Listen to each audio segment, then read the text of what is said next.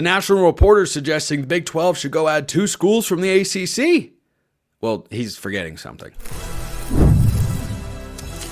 You are Locked On College Football with Spencer McLaughlin, your daily podcast on all things college football. Part of the Locked On Podcast Network, your team every day.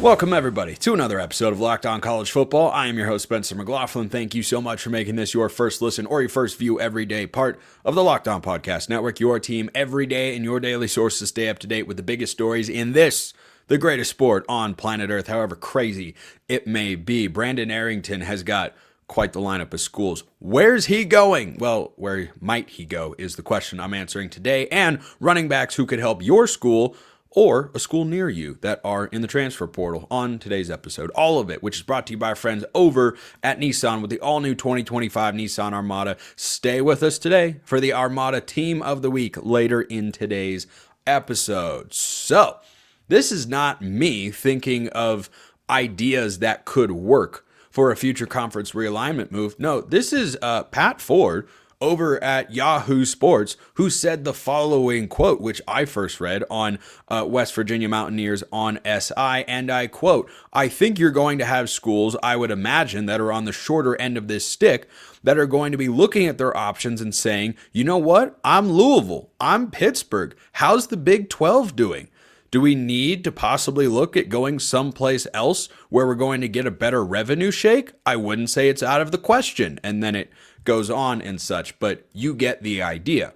So I hadn't pondered this suggestion before because the Big 12's got its schools, the ACC's got its schools, FSU and Clemson, they've got a new deal to renegotiate revenue sharing to get more money, so they're staying in the league and it's saved till 2030, and then maybe they won't be saved at that time.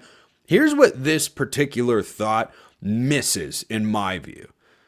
Louisville and Pittsburgh are in the same conference as FSU and Clemson, who just renegotiated a settlement deal for the exit fee to leave the ACC. They didn't negotiate that deal just for themselves. That deal applies to the entire conference. So the amount starts out at $165 million. By 2030, it is trimmed down to $75 million where it plateaus. Now, I am not insanely tied in to the financial support system at Louisville and Pittsburgh. From an outside perspective, do they give off the vibe of schools that could just readily come up with $165 or $147 million next year, or $129 the following year, and so on and so on and so on? Are they just going to be able to pool together that money? Because look, Louisville and Pitt might look at the Big 12 and say, well, we could get a full revenue share over there. By the way, that's not guaranteed because these rumblings have not come from the Big 12 side. And has Brett Yormark, since realignment began, ever been shy about letting people know what he's thinking, where he's looking, where he thinks the Big 12 is at? Sure, Louisville and Pitt would strengthen the Big 12. You could even make the case it would make it a better football league than the ACC. I don't know if that argument holds. It might depend on the year in which it happens and where all those respective programs are at. But Louisville was in the ACC championship game 2 years ago, and they're one of the teams that could get back there this season. Their win total is 8.5, second in the conference only to Clemson, who is at 9.5, according to our friends at FanDuel. And Louisville just went 8-4, and that was a down year. Pitt started the season 7-0, and they tailed off at the end. But that's a program that I've seen get to the ACC championship game before. Don't tell me it couldn't happen again. So, yeah, those are respectable programs. Geographically, it could work.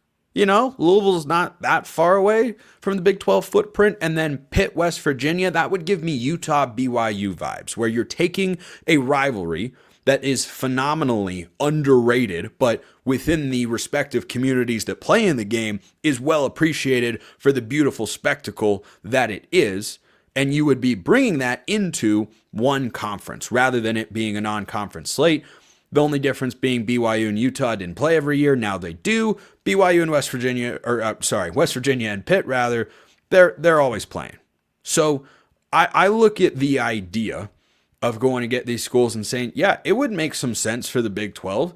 Would they be willing to sacrifice dollars for it? Because I don't know that would be worth it to everybody in the league. But on the ACC side of things, how hard would they fight to keep those schools around? How important to the ACC's long-term plans are Louisville and Pitt? I think where the ACC would come in and make a strong push for them to stay would mostly be on the front. Again, those are respectable brands and schools, but they are not flagship institutions of the conference.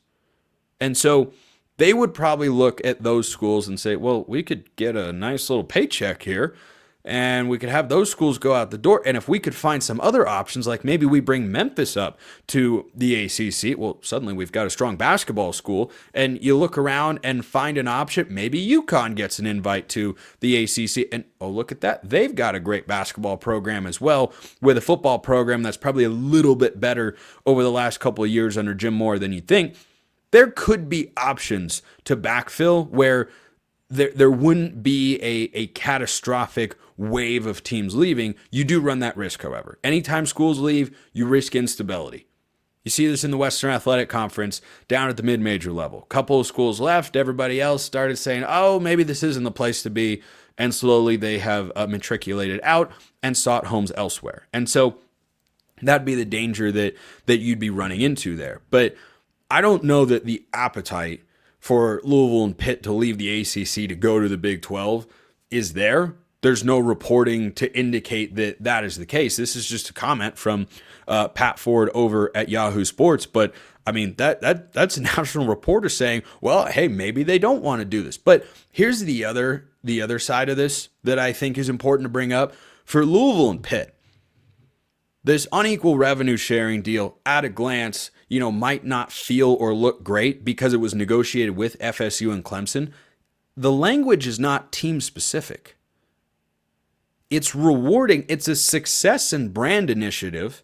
The brand initiative more tailored towards the FSUs and Clemsons of the world who have that ingrained viewership and national brand power to draw in a bigger television audience. That aspect, yes. But the success initiatives for things like conference championships and playoff appearances, why can't that apply to your programs?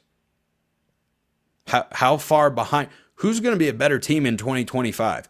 Louisville or Florida State? I know who was better last year. I have a pretty good idea. Never, assume everything, because we did that with Florida State last year and that was a mistake. But I have a pretty good idea of who's going to be better in this particular season. Meaning that if Louisville were to go to win the ACC, well, they'd be the beneficiary of the deal that FSU and Clemson just negotiated. So how do you weigh those two decisions?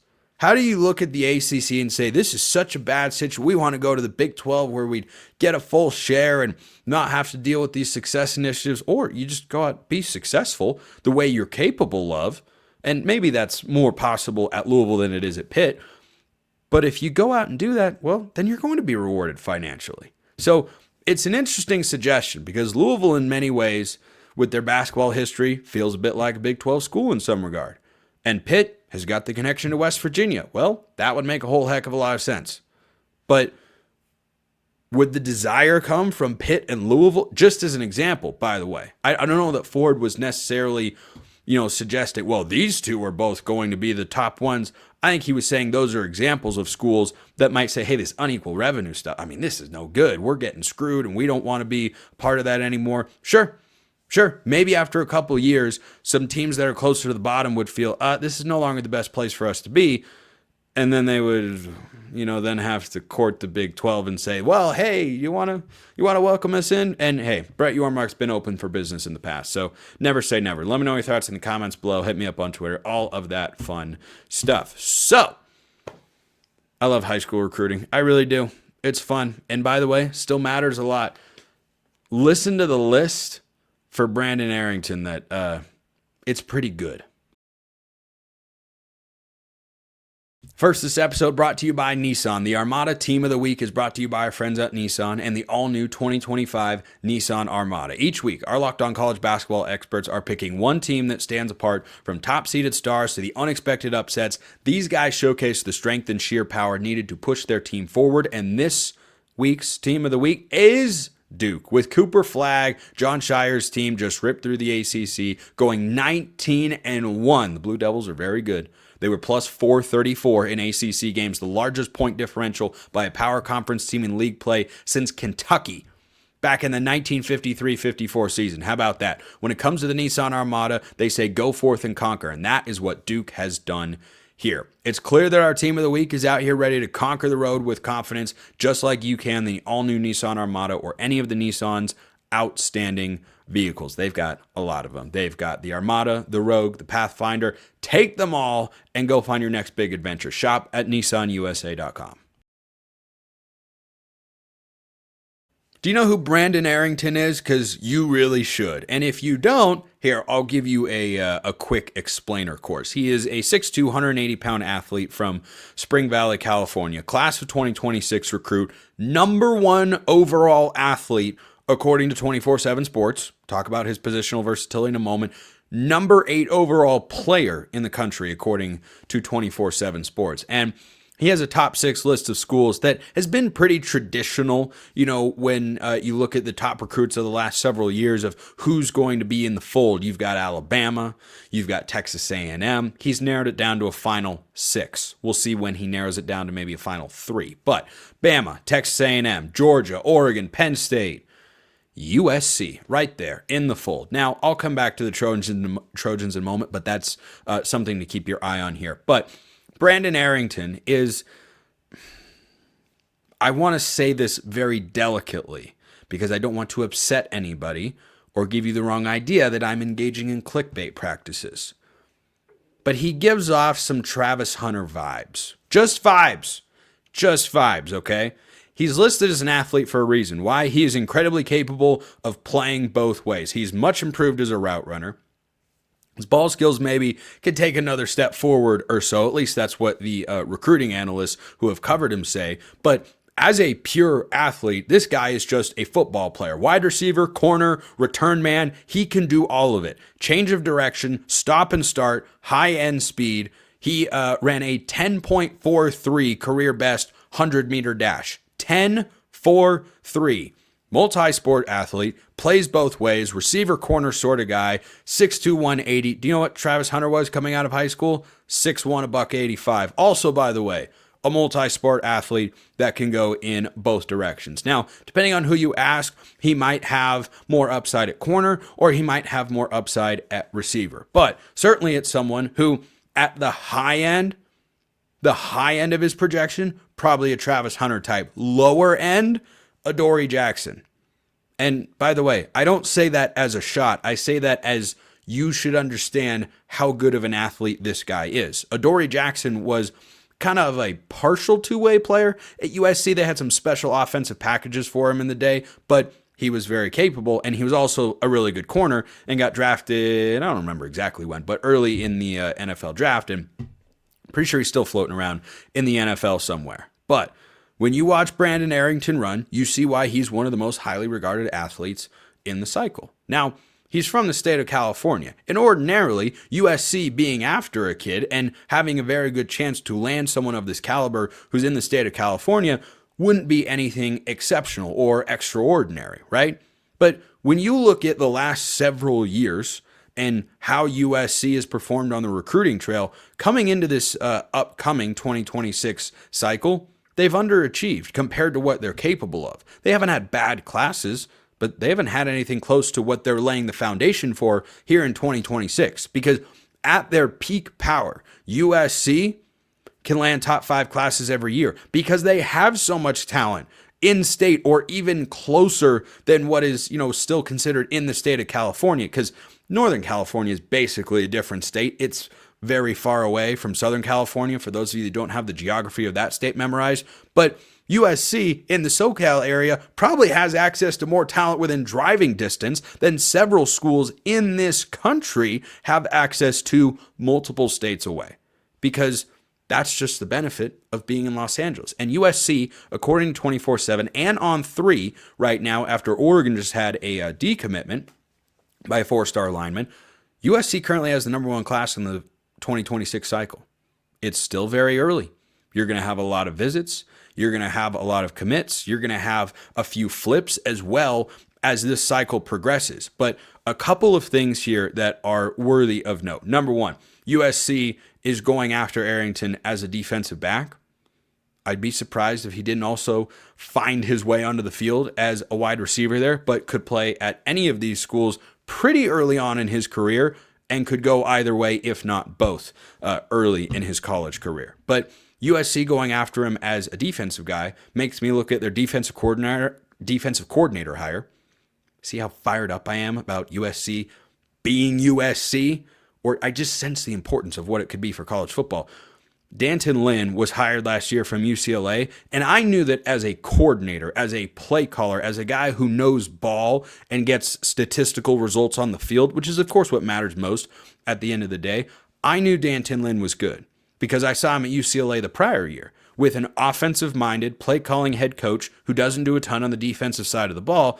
That was Chip Kelly at the time, and he had a ton of success, and the defense was actually better than the offense because they were undergoing some changes at quarterback. So now you're kind of in the same situation at USC. They're trying to figure things out offensively, but the defense took a big step forward, should be even better. And they've landed guys like Jakeem Stewart, 5-star defensive lineman, who Oregon wanted, by the way. You got to have a high level of commitment and also a great sales pitch to pull a defensive line recruit away from Oregon. They have hit that position hard, really hard in the last several cycles, especially once Lanning and company first got settled in there in Eugene going into 2022 for that 2023 class. They had 10 blue chip defensive linemen in that class of 2023. So I look at what USC is doing and I think about the introduction of their general manager who they brought over from Notre Dame. I don't know how you can't look at these guys if you're a Trojan fan and not get excited about what they are doing because they are changing the recruiting landscape for the entire program. Because ordinarily, USC previously under Alex Grinch, who, as I talked about recently, I don't know how he got hired at UCF, but hey, I wish him the best of luck. And Scott Frost proved me wrong. Proved me wrong by making him a Power 4 defensive coordinator again.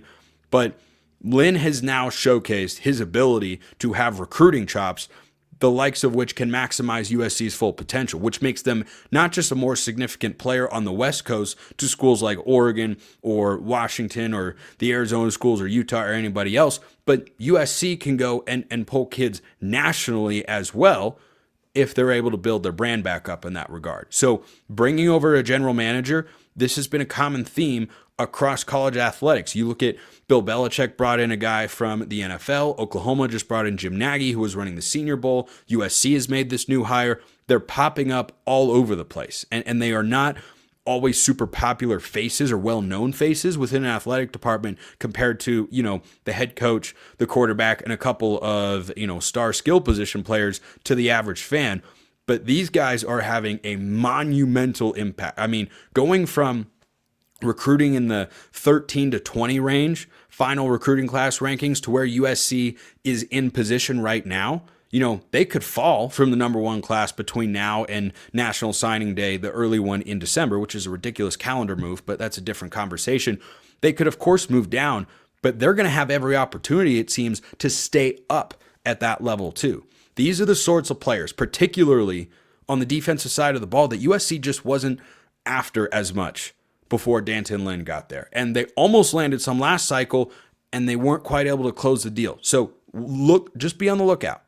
Be on the lookout to see if USC emerges here. But Penn State, cross-country trip, hey, some people are up for that, want to see a big part, or want to see as much of this big country as they can. Oregon, going after them very hard. Georgia, Texas A&M, Bama, I don't need to tell you about the brand power of the SEC in there. But Arrington's a big name, but also showcases the impact that a general manager can have. Oklahoma's about to have a big recruiting weekend in Norman this week. Just look to see what these schools can do with people in charge whose dedicated role it is to figure out how do you build the best roster, somewhat, though not entirely resembling the professional football model. Fascinating stuff. Brandon Arrington, know the name. 5-star athlete, receiver, DB, football player. That's the bottom line. Here's another bottom line. I'm going to give you 2 running backs that could help your team or maybe your rival. once the transfer portal window opens.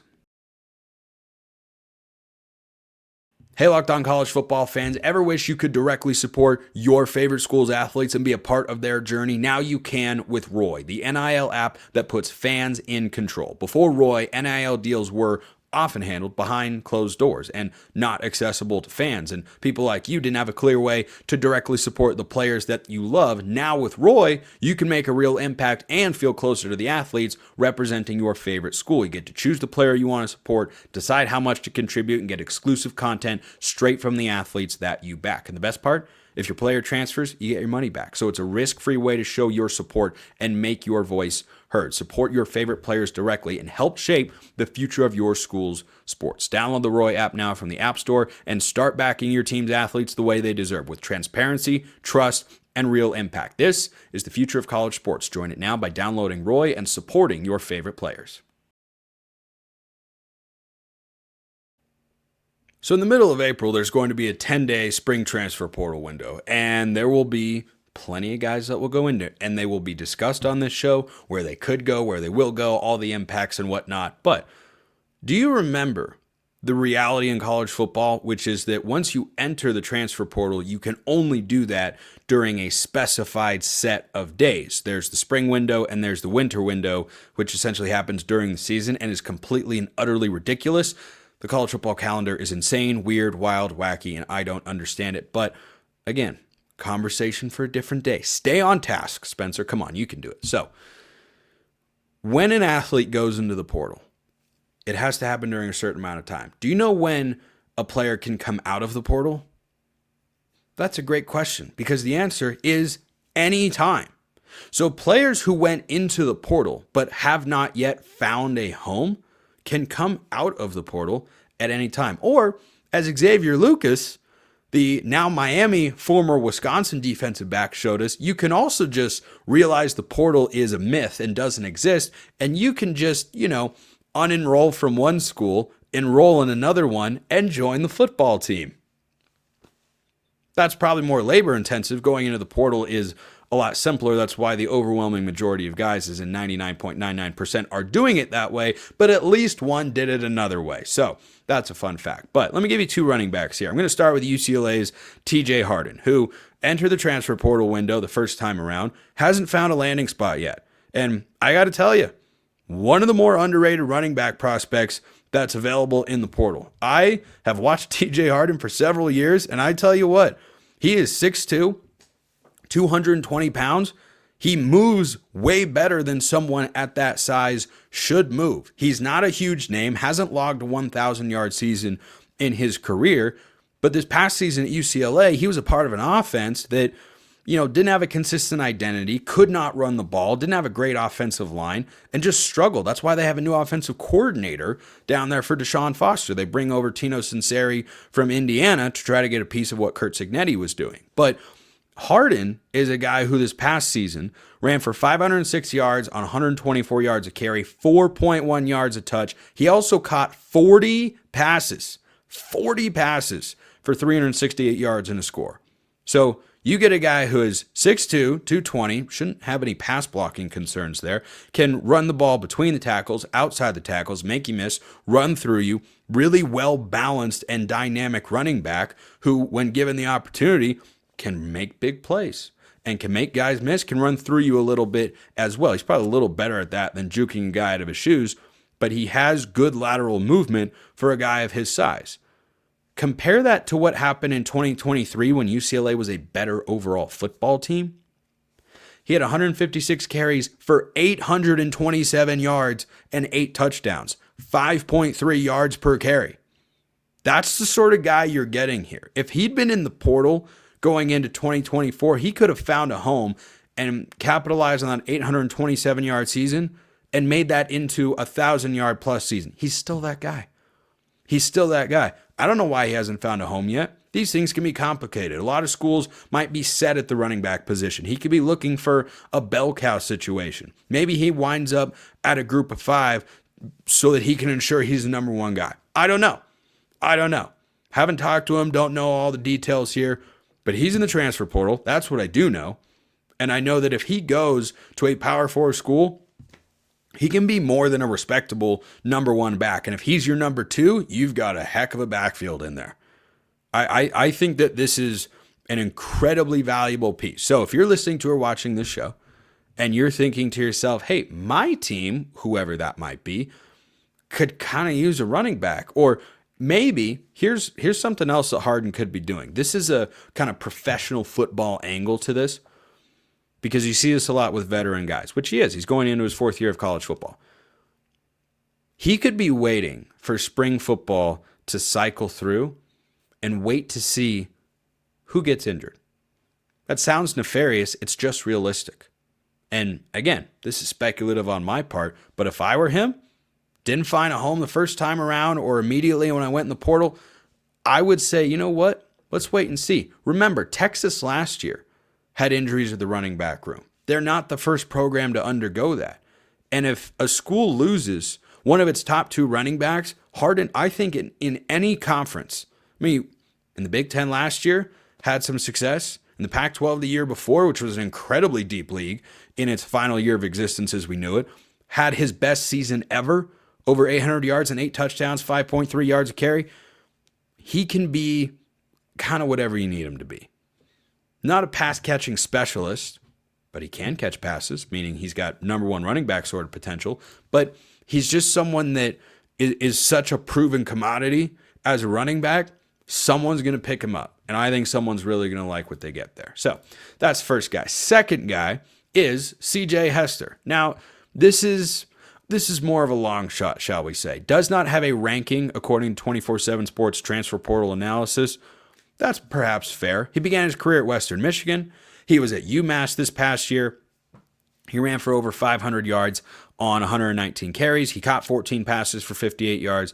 Total just 1 touchdown. But his one claim to fame, the one claim to fame he has, running behind the offensive line of UMass in Athens against the Georgia Bulldogs, 15 carries, 74 yards, and a touchdown.